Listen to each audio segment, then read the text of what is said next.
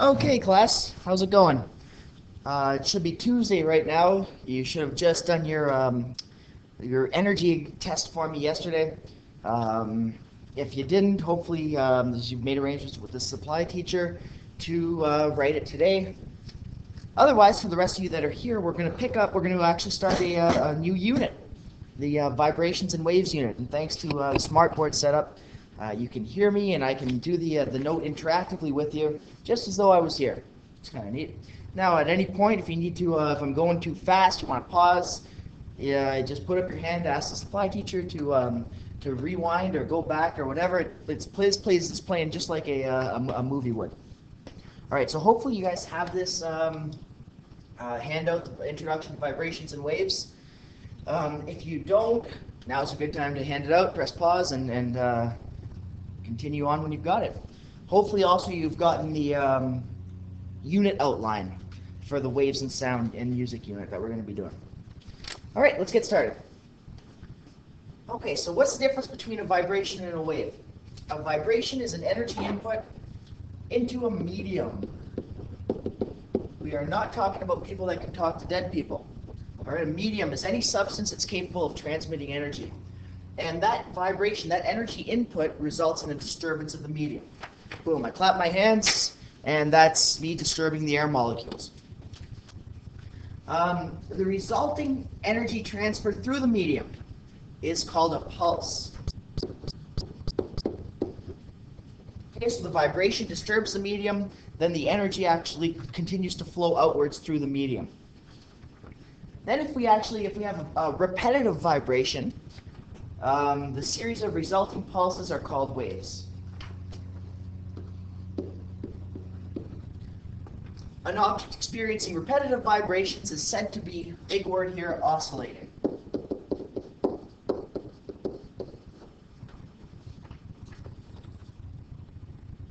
Okay, so it's just some definitions. This whole note is basically definitions.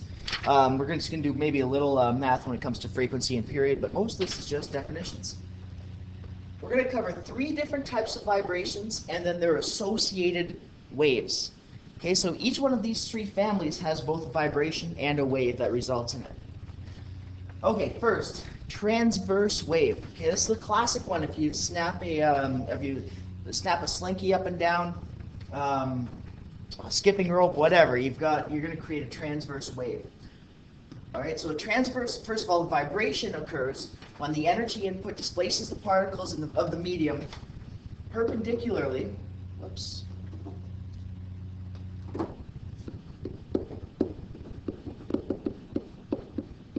Perpendicular to the direction of the waves resulting wave's motion.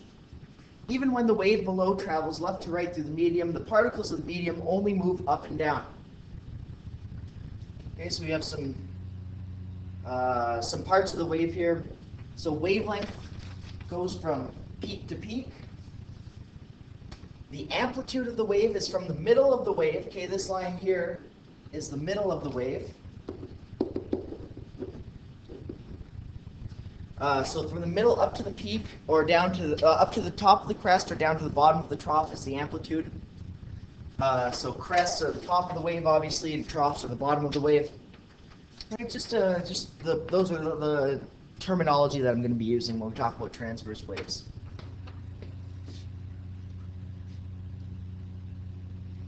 All right, next we're going to talk about longitudinal waves. First, talk about the vibration. So longitudinal vibration occurs when the energy input displaces the particles of the medium. This time it's going to be parallel to the direction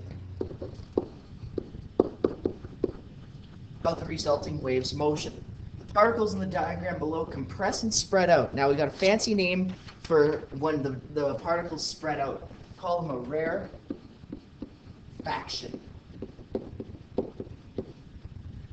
R-A-R-E-F-A-C-T-I-O-N. And that's in the same direction that the wave travels. So the energy transfer, the energy is input into the spring or into the medium in the same direction that the pulse and the waves are going to go through the medium. Now I got a neat little YouTube video here I'm going to show you that kind of emphasizes these points. In a longitudinal wave, the disturbance that makes up the wave is along the direction in which the wave travels. Longitudinal waves are also referred to as compression waves. In a transverse wave, the disturbance that makes up the wave is perpendicular to the direction in which the wave travels. Yeah. All right, going back to the note. All right, we got a third type that isn't really common. It's not really a common type of wave, but it is something that engineers have to be aware of. We're going to see when we talk about the Tacoma Narrows Bridge incident. We're going to see that this is a really important type of wave. Okay, it's called a torsional wave and a torsional vibration. And I'm just going to read off the screen. So that occurs when the energy input displaces the particles of a medium in a circular direction around a central axis. All right, so if here's the axis, then the actual vibration is going to be in a twisting motion around the axis. All right, and then so the particles then travel through the medium in a torsional or in a circular rotating fashion. And I've got a different video to show you. It's just a silly one. It kind of made me giggle a little bit. So, just people jumping on a bridge creating torsional waves.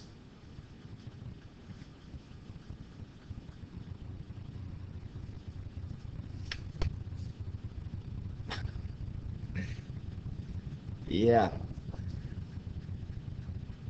So, torsional waves.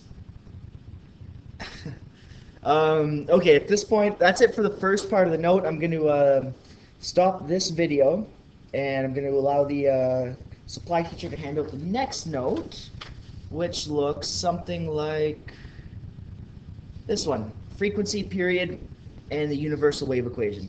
Okay, we're going to do this all on the same day, Tuesday.